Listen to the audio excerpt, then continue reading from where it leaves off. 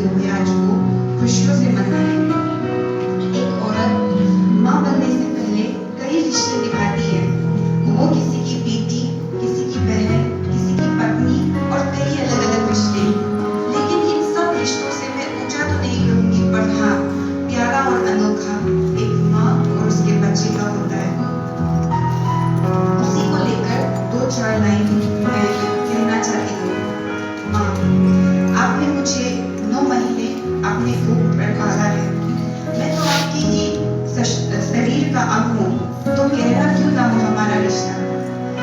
मेरे पहले कदम लेने से लेकर मेरा पहला निवाला लेने तक, मेरे पहले शब्द बोलने से लेकर मेरा पहला अक्षर लिखने तक आपने ही तो सिखाया है। जब आप छोटी थी तो कुछ ऐसी जरूरतें थी जो आपको ना मिल पाई हो, जैसे कि अच्छी पढ़ाई लिखाई, अच्छे कपड़े, अच्छा खाना और शायद आपके मम्मी पापा का ढेर सारा प्यार भी शायद आपको ना मिला हो। और यीशु के बारे में भी आपको पता ना था।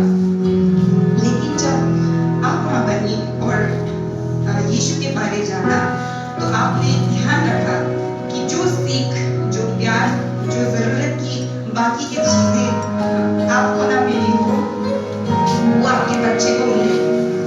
कभी एक वक्त की रोटी कम खाकर, तो कभी अपनी जरूरतों को भुलाकर, जितना आपसे हो पाएगा आपने मुझे अच्छे स्कूल, कॉलेज,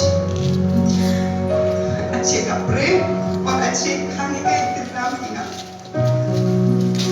उसके साथ साथ यीशु के बारे में भी सिखाया, कभी गानों से तो कभी कहानियों से। प्रार्थना करना और चर्च जाना मैंने आपसे ही तो सीखा है। लोगों ने कई बार मुझे ठुकराया है, लेकिन आपने मुझको लेकर कभी हार न माना। आपकी प्रार्थनाओं के कारण ही आज मैं जहाँ हूँ, जैसी हूँ, ठीक हूँ, खुश हूँ। कभी मेरा दोस्त बनकर कुछ मैंने आपको सुनाया, कुछ आपने मुझे सुनाया। तो कभी हिटलर बनकर लाठी पकड़कर मेरी कुछ गलतियों के कारण आपने मुझे सुधारा। इसलिए मैं कहती हूँ, काफी अनोखा है माँ और बच्चे का रिश्ता।